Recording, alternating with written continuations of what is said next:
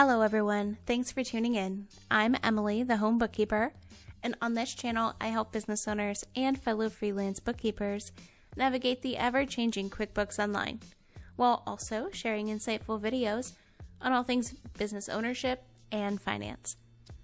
As always, this is a sample company provided by QuickBooks for educational purposes only.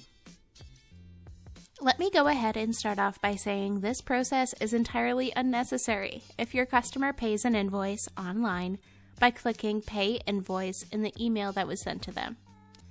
You can enable online payments by clicking the gear icon in the upper right corner of the screen, selecting Company Settings in the first column, and then clicking Sales.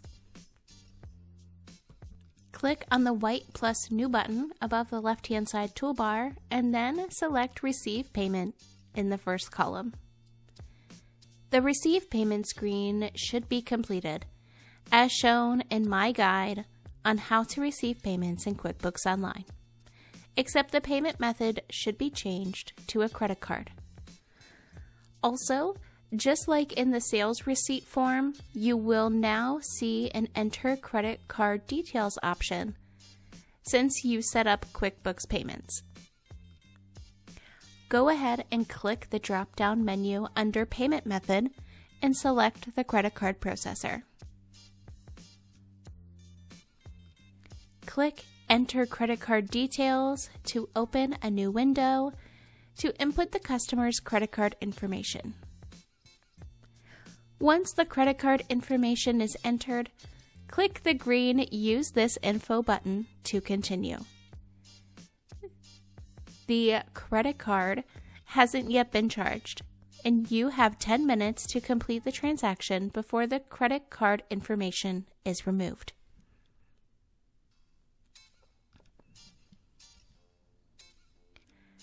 The Receive Payment screen will now show the last 4 numbers of the credit card to be charged.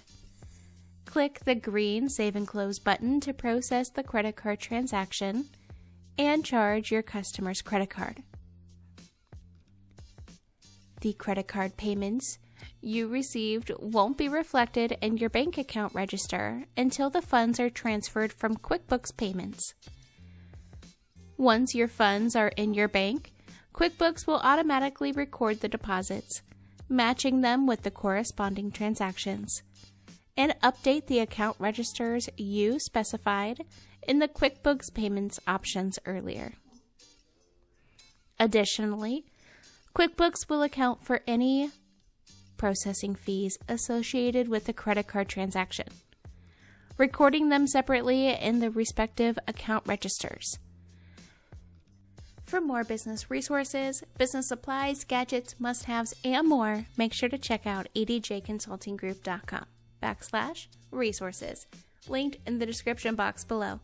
And of course, like this video, subscribe to my channel, and turn on those bell notifications so you'll never miss an upload. If you have any video or tutorial requests, make sure to leave them in the comments below. And if you need more assistance, private QuickBooks Online coaching, or bookkeeping and payroll management, feel free to email or visit edjconsultinggroup.com. My firm is fully inclusive and ready to help you along wherever you may be in your entrepreneurship or personal wealth building journey.